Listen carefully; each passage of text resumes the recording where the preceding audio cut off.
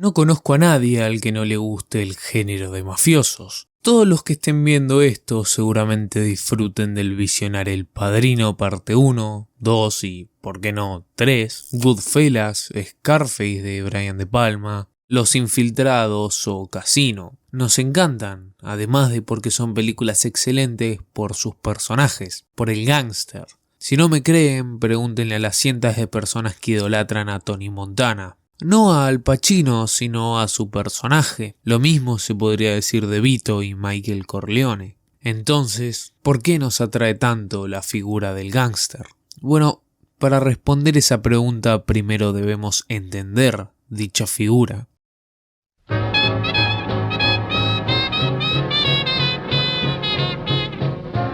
En el año 1927, Joseph von Sternberg, o como se diga, concebiría Underworld, quien sería la primera película, o al menos de las primeras, en tener como uno de sus protagonistas a un gángster.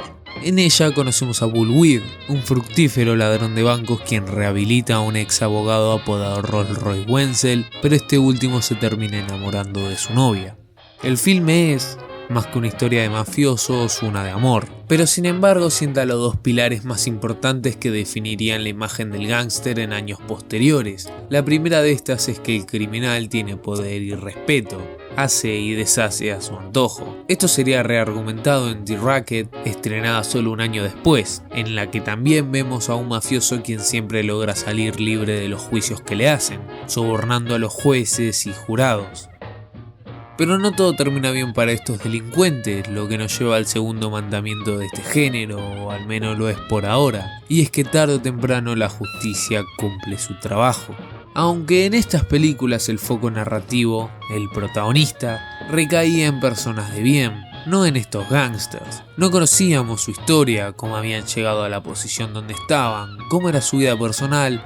No tenían un trasfondo tan complejo, eran los malos de la historia. Por esto comienza lo que denomino como la fase 1, en la que se cimientan y consolidan muchos conceptos del género, y con nombres tan recurrentes como grandiosos. De ejemplo están Humphrey Bogart y James Cagney, quienes serían referenciados en la Scarface del 83.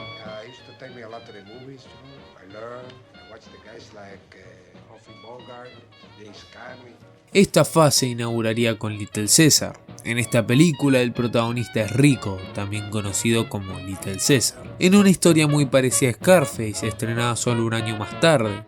Rico es un don nadie que se involucra en el mundo del crimen para conseguir dinero, poder y respeto. Al poseer una personalidad muy fuerte logra convertirse en el líder de su banda, pero termina siendo asesinado por la policía, al igual que en Scarface de Howard Hawks. En estas películas, en las que se incluyen también The Public Enemy, Dead End, Angels with Dirty Faces y White Heat, podemos comprender un poco más al gángster, a la persona. Son gente de bajos recursos y desdichada que cometen pequeños crímenes, a veces incluso en su infancia, y que se involucran en el contrabando de alcohol. Recordemos que estos filmes se sitúan en época de la ley seca, para satisfacer todas las carencias que tuvieron en su vida, la falta de poder y respeto, que se traducen en dinero. Son glorificados por los niños, como en el caso de Angels with Dirty Faces, porque, como dije, son figuras respetadas, reconocidas y con grandes cantidades de billetes, pero no todo es tan bonito, por lo que siempre terminan muertos en algún tiroteo contra la policía.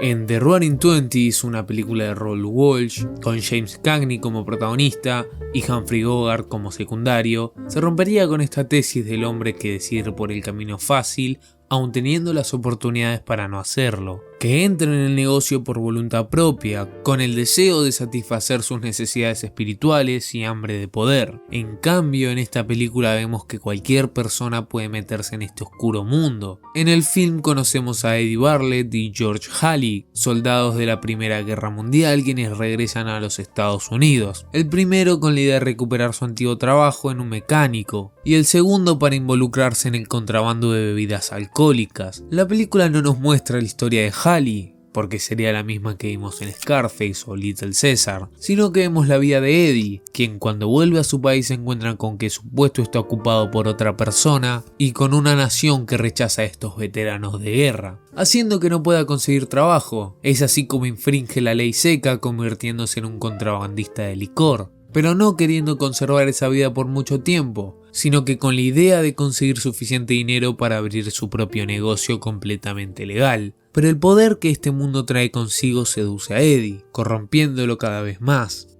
Su transformación no es de un criminal ansioso de respeto a un mafioso ya consagrado pero que termina perdiéndolo todo, sino que es de una persona buena y honesta a uno de estos gángsters con poder, que terminan en la miseria, y sí, también muere en un tiroteo, pero no sin antes haber pasado por una debacle muy grande, habiendo perdido el poder y respeto que tanto le llegó a enamorar.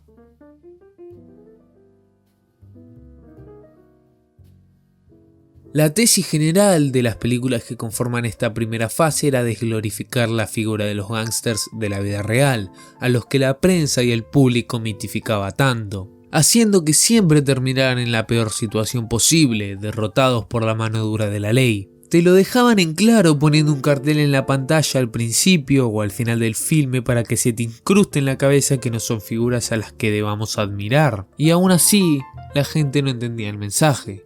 Por eso en el año 1934 el Código Hays entraba en vigor. Este código fue dictado para censurar ciertas conductas y o actividades que se veían en las películas de las grandes productoras de Hollywood, diciendo que se podía mostrar y que no. En el caso del género que nos corresponde, este código decía que los gángsters, además de no ser glorificados, debían mostrarse como enfermos mentales. Y aunque no todas las películas cumplieron con esto, algunas sí. Al ser promovido por organizaciones religiosas, sobre todo católicas, en algunas cintas podíamos ver cómo el mafioso encontraba redención en la iglesia. Tal es el caso de Angels with 30 Faces. A excepción de esta última nombrada, este recurso comenzó a verse muy forzado, por lo que el género se dejó un poco de lado, ayudado también en gran parte en el repudio que le causó a la gente ver a mafiosos en las grandes pantallas ser venerados como superiores a todos los demás por tomar el camino fácil y triunfar.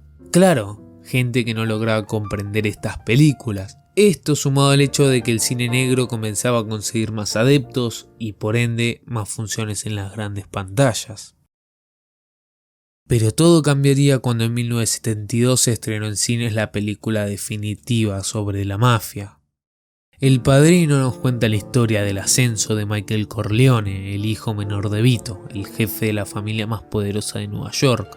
En el filme se nos presenta un concepto que hoy en día tenemos muy asociado a la figura del gángster, y es la familia, o como la propia película se refiere, asuntos personales y asuntos de negocios. Antes siempre veíamos el lado más espectacular de lo que consiste ser un mafioso, los robos y tiroteos o incluso explosiones. Todo lo referido al mundo de los negocios, nunca veíamos de forma tan profunda sus relaciones familiares o amistosas. Además de que ahora todo es más elegante, no son tipos que gritan a la mínima que pueden.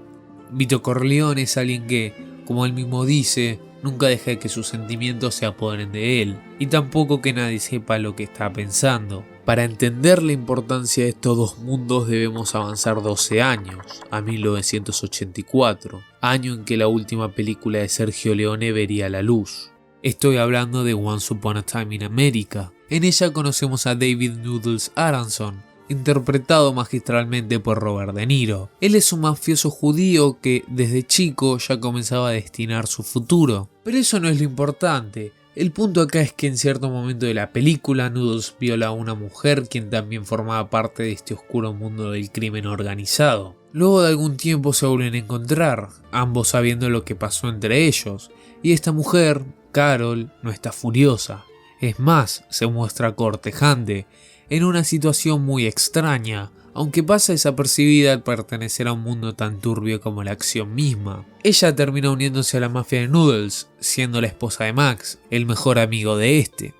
Al principio de la película se nos muestra como Noodles está enamorado de Deborah, una niña de la ciudad donde creció, cuando aún era un pequeño y podía optar por un mejor camino. Noodles nunca logra conquistar el corazón de Deborah, así que organiza una ostentosa cita para ver si esa oportunidad era la suya, pero cae en que, aunque estuvo cerca, no lo consiguió. Recordemos que Noodles es un mafioso, acostumbrado a hacer lo que quiera sin que haya ninguna consecuencia, así que al no poder conseguir lo que quiere, viola a Deborah en el auto camino a su casa, quizá con la esperanza de que luego de ese incidente todo quede más que bien, al igual que pasó con Carol, pero no, esa sería la última vez que vería a Deborah por muchos años. No logró concebir el mundo criminal y el personal como diferentes, prácticamente incompatibles. O se es de uno o del otro, muy difícil mantener un balance.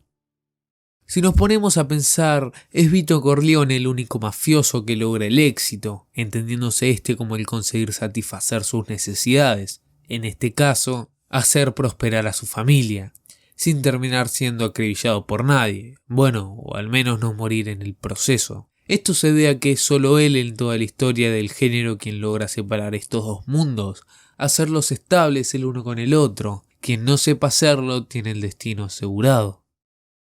Hay otro punto del Padrino que me resulta aún más revolucionario, y es que, como vimos, los gángsters de las anteriores películas siempre terminaban siendo masacrados por las balas, pero acá Michael termina consolidándose como el jefe de la familia, en un final feliz para el protagonista. La película aprende de todas sus antecesoras, evolucionando al género. Sonny podría ser perfectamente el personaje principal de The Public Enemy o Little Caesar, el gángster impulsivo y agresivo. Con una personalidad fuerte y al igual que ellos, termina siendo acribillado, esta vez por una banda rival. Se deja en claro que así no puede ser un jefe de la mafia. Pero, ¿es realmente un final feliz o uno en el que Michael consigue el éxito? Bueno, como dije antes, el único mafioso que consigue este éxito es ese que logra mantener un equilibrio entre el mundo personal y el de negocios, y Michael no lo logra. Prioriza los negocios y descuida a su familia, cosa que se ve acrecentada en la segunda entrega, donde manda a matar a su hermano porque éste intentó atentar contra su vida. Si no lo mataba, era muy probable que eventualmente tratase de hacerse con el mayor rango de su familia otra vez, por lo que Michael prefiere eliminar al hijo de su madre y de su padre con tal de seguir siendo el jefe. Porque el gángster no puede ser una buena persona. You don't make up for your sins in the church. You do it in the streets. You do it at home. The rest is bullshit and you know it. Para hablar del género de mafiosos es inevitable no nombrarlo. Y es que en 1973 Martin Scorsese mostraba al mundo Mean Streets. En ella se nos cuenta la historia de Charlie, un semiprofesional que aspira a manejar un restaurante de su tío. El personaje interpretado por Harvey Keitel es muy amigo de Johnny Boy, Robert De Niro, quien es un idiota y ludópata que nunca paga sus deudas, lo que todos consideran un caso perdido. No solo eso, sino que su novia, la prima de Johnny, Teresa, es una epiléptica a la que todo el mundo considera una enferma mental. Charlie intenta ayudarlos, más que nada a Johnny, haciendo que sus acreedores, amigos de Charlie, no le cobren el dinero por la fuerza, pero nunca logra que entre en razón, siendo arrastrado hacia sus problemas. Termina con el propio Scorsese pegándole un tiro a Johnny después de que este se pase vivo con Michael, a quien más plata le debía. Y con Charlie teniendo un accidente de tráfico, acabando muy mal, y seguramente no pudiendo conseguir ser el encargado del restaurante. Si hubiese pasado de Johnny, dejando que le partieran las piernas y muy probablemente cosas peores, tendría el cargo que quería, consiguiendo el éxito. Esto nos lleva directamente a 1993, el año en que Robert De Niro estrenaría su primer película como director, A Bronx Tale. En cierto momento de esta película, Sonny, el gángster más poderoso del Bronx, le comenta a Calogero, quien es nuestro protagonista, cómo debe ser el jefe de una mafia, retomando la idea del príncipe, una obra de Nicolás Maquiavelo. Maquiavelo se pregunta si un rey debe ser querido o temido, llegando a la conclusión que debe ser temido, aunque nunca odiado. Si es temido, nadie tratará de traicionarlo, pero si se muestra afectivo, se muestra débil, por lo que más de uno tratará de arrebatarle su posición, argumentando que se ha vuelto blando, exactamente como sucede en Scarface. Pero si es odiado, también pasará lo mismo, ya que no hay nada más parecido al amor que el odio. Fredo odia a Michael, no porque sea un mal hermano, sino porque es mejor que él. Y acá quiero hacer un pequeño parón para hablar de A Bronx Tale, una película que en mi opinión está muy infravalorada y es de las mejores de este género. En esta se nos cuenta la historia de Calogero, un chico cualquiera de la sección Fordham del Bronx, que un buen día ve como Sonny, el capo de la mafia más grande de su barrio y a quien Calogero admira, mata a un tipo que hizo, bueno, esto.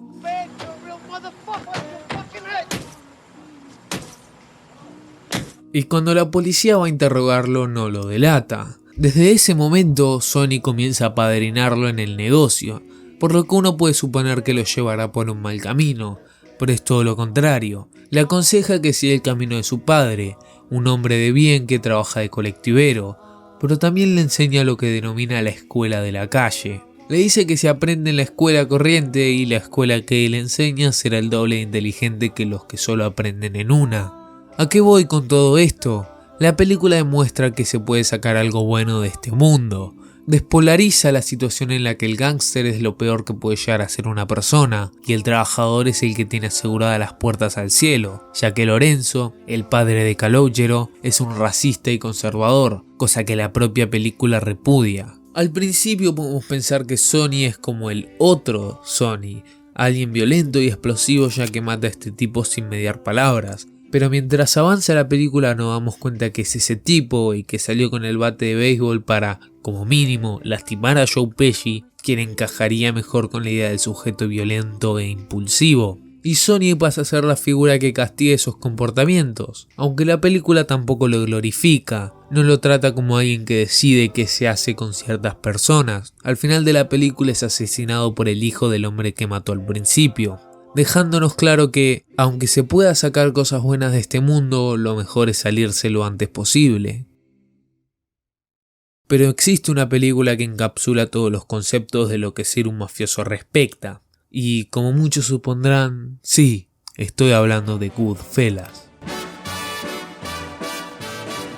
Acá conocemos a Henry cuando era un niño e idolatraba a los mafiosos de su barrio, en una secuencia en la que nosotros somos representados por este, y cómo es su idea del gángster. Son tipos que hacen y deshacen, que mueven y agarran sin consecuencias, no le deben nada a nadie, y aunque lo hiciesen nadie iría a reclamar. Tienen el respeto, el poder, hacen lo que quieren. Un simbolismo que a mí me gusta es cuando vemos estacionar un auto y baja una persona. En el plano siguiente vemos cómo la suspensión del coche sube, por lo que cuando volvemos al hombre suponemos que será una persona muy obesa, pero en realidad no lo es.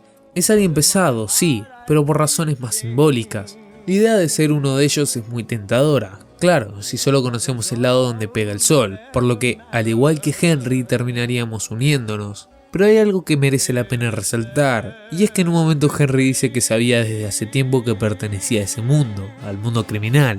Y esto puede parecer cierto, pues vemos cómo se desempeñan las tareas que estos mafiosos le encargan, pero en poco tiempo nos damos cuenta que no tiene la misma sangre fría que Tommy, por ejemplo, quien también era un niño que idolatraba a estos delincuentes. Goodfellas nos demuestra que lo que nos fascina del mundo de la mafia es solo la superficie. No es algo para cualquiera, y no porque lo más probable es terminar con unas cuantas balas en el cráneo, sino porque, a menos que seas un sanguinario, vivir en un ambiente en el que cada noche tienen que cavar una tumba donde en algunos minutos estará un sujeto al que mataron porque se tardaba en traer los tragos te deja la cabeza hecha polvo. Henry, dentro de todo, lo lleva relativamente bien.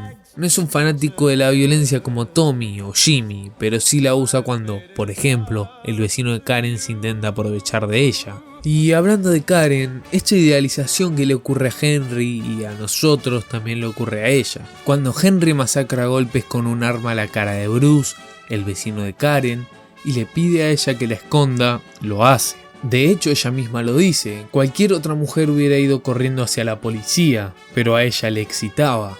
Seguida de esta escena viene la boda entre ellos dos, donde suena Life is but a Dream, que habla de la situación de nuestros dos protagonistas, en la que aún tienen una visión onírica del mundo criminal, y cómo no tenerla. Todo parece perfecto, no tienen que esperar la cola del restaurante, les regalan fajos y fajos de billetes sin tener que preocuparse si se los robarán. pero la película poco a poco va degenerando. Henry descubre que el crimen organizado es un ambiente putrefacto en sus raíces. Las primeras 2 veces en las que es acusado no delata a nadie porque aún idealiza el mundo en el que se mueve, pero la tercera vez sí lo hace, ya que se dio cuenta de lo pútrido de las mafias, y este momento en el que Henry entra en razón se encuentra en esta escena. Recapitulemos. Luego del robo de Lufthansa, todos los involucrados gastan su tajada del dinero en hacer compras caras, porque ninguno está en el negocio para que su familia logre tener un mejor futuro que ellos. Son personas egoístas que intentan satisfacer sus necesidades más primordiales, que son el respeto y el poder, tratando de conseguirlo mediante las apariencias. El que tenga el coche más caro es el más poderoso. Esto enfurece a Jimmy, por lo que elimina a todos los que tuvieron una mínima participación para que la policía no pueda atar cabos. Se llaman ellos mismos hombres de honor, pero luego no tienen la decencia de darle su parte a Morris. En lugar de eso deciden matarlo. Disparan por la espalda, cuando menos te lo ves venir, pero por sobre todo, dispara a cualquiera. Ahora sí, volvemos a la última charla entre Jimmy y Henry, donde el primero le pide que vaya a matar a un tipo en Florida. Henry cae que si va a Florida no volverá vivo. Se da cuenta de que está solo, pues Jimmy, uno de sus mejores amigos, le intenta tender una trampa para que lo asesinen. Y no solo eso, sino que Polly, el hombre que lo apadrinó en el negocio, en el momento donde más lo necesitaba, le presta $3,200. En palabras de Henry, $3,200. That's what he gave me. $3,200 for a lifetime. Y es que claro, retomando el concepto de que para conseguir el éxito en el crimen organizado hay que ser un hijo de puta, ¿qué nos hace pensar que si esto aplica para el protagonista no lo hace para los secundarios? El concepto al que me refiero se ejemplifica muy bien en esta escena de Donnie Brasco del 97. In our thing, you get sent for, you go in alive, you come out dead, and it's your best friend that does it. Puede ser tu mejor amigo, como vimos en Scarface, o también puede ser tu propia familia, en el caso del Padrino parte 2. 5 años después, Scorsese explotaría aún más este concepto en Casino, en el que Sam Rothstein, el encargado de un casino en Las Vegas, intenta conseguir el amor de Ginger McKenna, mediante una confianza excesiva, lo cual le pasa cobrando factura. Además de ser traicionado por su mejor amigo Nicky Santoro. Los jefes de la mafia, luego de que todo su negocio se destape y con miedo de que hable, le ponen una bomba en el coche, de la que milagrosamente se salva. Al final de la película vemos como Sam vuelve a ser lo que era en un principio, ayudar a los mafiosos para que ganen en las apuestas. Suponemos que vive solo, puesto que no vemos a nadie con él en la casa, y es porque aprendió la lección, no volvió a confiar en nadie más. Dicho en sus propias palabras, And why mess up a good thing? Confiar es arriesgar, y en el mundo de las mafias, arriesgar es siempre malo. De hecho, el escenario principal de la película es el casino, donde la gente va confiada de que ganará, arriesga y pierde. Pero volviendo a Goodfellas, Henry, luego de recapacitar, decide vender a sus amigos, ya que no son tan amigos como él creía. Termina en el programa de protección a testigos siendo uno más del montón. Un don nadie. Realmente nunca perteneció a ese mundo, por lo que debe pagar las consecuencias convirtiéndose en eso que nunca quiso ser. Es casi justicia poética como se adentra en la mafia para satisfacer su sed de reconocimiento y respeto, para luego terminar estando peor de como comenzó. Similar a lo que le ocurre a Michael Corleone y también lo que le ocurre a Walter White. Pero, ¿por qué meto a Walter en todo esto siendo que estamos hablando de películas? Bueno, es porque me viene como anillo al dedo para hilarlo a mi siguiente punto. Al igual que podemos dividir a los gángsters en dos grupos, los que consiguen equilibrar el mundo personal y de los negocios y los que no, también podemos hacerlo con otros dos conceptos. Seguro que la gran mayoría recuerda esta mítica escena de Breaking Bad. It is growth, then decay, then transformation. Al igual que con Walter, esto también aplica a la gran mayoría de gángsters, solo que con una pequeña variación. Existen los que nunca se transforman, Tony Montana y Tony Camonte, C. Pequeño, Tom Powers, Tommy DeVito, entre otros, pero también están, y son más abundantes, los que sí lo hacen, los que recapacitan, los que se redimen, o al menos lo intentan. Esos que se dan cuenta en el mundo en el que se metieron e intentan escapar. Tal es el caso de Henry. Estos no suelen morir, o por lo menos no en un tiroteo. Estos mueren solos, olvidados. Tony Montana se metió al negocio del narcotráfico porque quería respeto, poder y reconocimiento. Termina siendo brutalmente asesinado, pero aún tenía lo que siempre quiso. Claro, eso ya deja de tener valor cuando mataste a tu mejor amigo, asesinaron a tu hermana y ahora van a casarte a vos. Pero tenerlo lo tenía. En cambio, los del segundo grupo sufren una muerte más lenta y agónica, viendo pasar su vida sin hacer nada. Me recuerda el dicho, si vas a hacer algo, hacelo bien. Si te vas a quedar a medio camino arrepintiéndote en algún punto de la trayectoria, vas a quedar en el limbo. Claro, no vas a morir en una edad temprana, pero tu destino está escrito en el momento en el que te involucraste. Estos personajes están atrapados por su pasado. Un buen título para una película. Pues en 1993 un film se estrenaría con ese nombre, aunque sea el título que la gran mayoría de países hispanos le pusieron. Estoy hablando de Carlitos Way, la secuela espiritual de Scarface. En ella el protagonista es Carlitos, un puertorriqueño que luego de pasar 5 años en la cárcel por ser uno de los jefes principales del narcotráfico en su ciudad, decide redimirse, transformarse. Su plan es escapar hacia las Bahamas, donde un conocido le prometió que si conseguía $75,000 podría invertir en una agencia de autos y poder vivir tranquilamente. Pero primero, claro, debe conseguir ese dinero, así que acepta el cargo de gerente en un club conocido por ser frecuentado por narcos de la zona. Carlitos quiere llevarse consigo a Gail, la mujer de la que se enamoró un año antes de ir a prisión. Sus intenciones son claramente las de salir del negocio, pero debido a sus principios decide ayudar a su amigo y abogado David Kleinfeld, quien lo termina traicionando. No importa cuánto trate Carlitos de escapar hacia el paraíso, de volver atrás en el tiempo, eso es imposible. Hay un destino común entre todos estos mafiosos, siempre terminarán mal, unos asesinados, otros muriendo solos, pero siempre perdiéndolo todo, siempre. Aunque claro, no todas las películas sobre la mafia son estadounidenses. De hecho, Ciudad de Dios, una película brasileña, rompe con esa estructura del tipo que se involucra en la mafia y termina muy mal. Acá se nos cuenta la historia de Buscapé, un chico que como tantos otros vive en una favela a las afueras de Río de Janeiro, en la que el crimen es moneda de cambio. Llegado cierto momento de la película, Buscapé, al ver que todo le va mal, pues no tiene un peso ni el amor de la chica que le gusta, decide comenzar a robar con su amigo, ya que los criminales tenían todo lo que querían. Parecia até uma mensagem de Deus. Se liga aí, mané. Honestidade não compensa.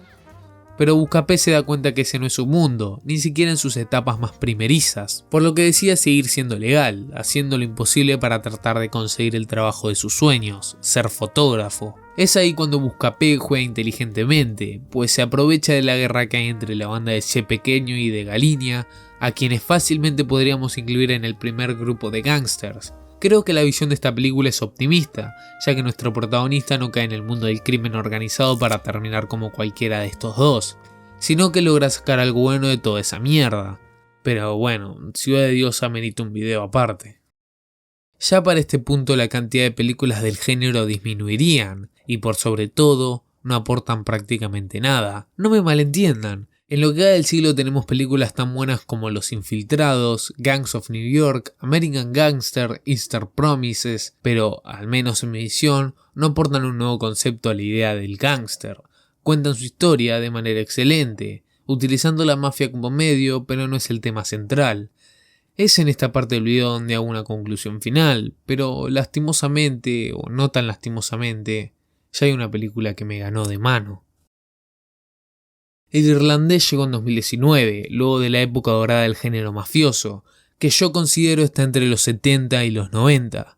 Es en sí mismo un epílogo de este tipo de películas, la que pone las cartas sobre la mesa para que todos podamos discutir. Empezando por su cast, y si solo nos guiamos por eso, podemos decir que es la película de gángsters definitiva, pues están todos y cada uno de los actores que alguna vez dieron vida a uno de estos criminales. La protagoniza Robert De Niro, el actor por excelencia de este género, seguido de Al Pacino y Joe Pesci, y con participaciones secundarias de otros astros como la de Harvey Keitel, Paul Herman, Steven Van Sant, Stephen Graham, Catherine Narducci, Walter White, Dominic Lombardozzi, entre otros, sin mencionar a Martin Scorsese tras bambalinas, el mejor director que ha hecho películas de este género. Están todos. Los únicos que faltan son los que desgraciadamente ya han muerto. Trae a todas estas estrellas de nuevo al rodeo, reviviendo el cine de gangsters de los 70, 80 y 90. Y no lo hace para que los cinéfilos de culto se emocionen y sigan diciendo que el cine actual está muerto,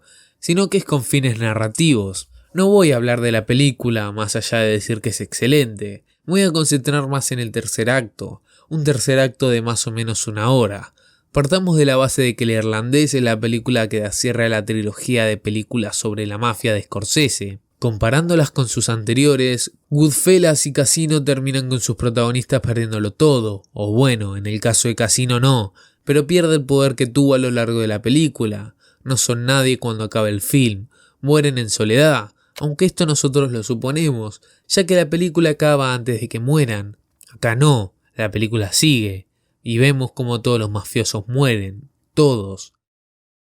La comparación entre El Irlandés y las películas de gángsters pertenecientes a esta época dorada es clave, porque simbolizan el cambio que sufrió el género hasta estos días.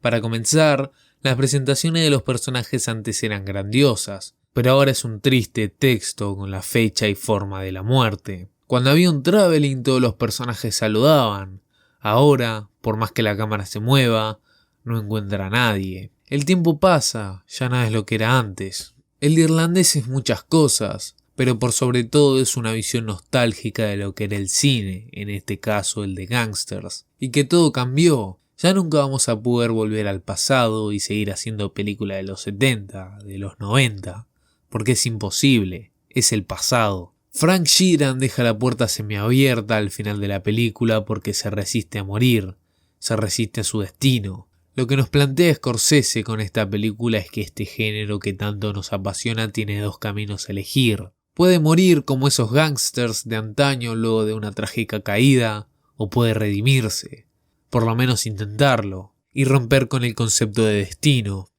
Porque así es la vida misma, ¿no? Es crecimiento, decaimiento y luego transformación. It is fascinating, really.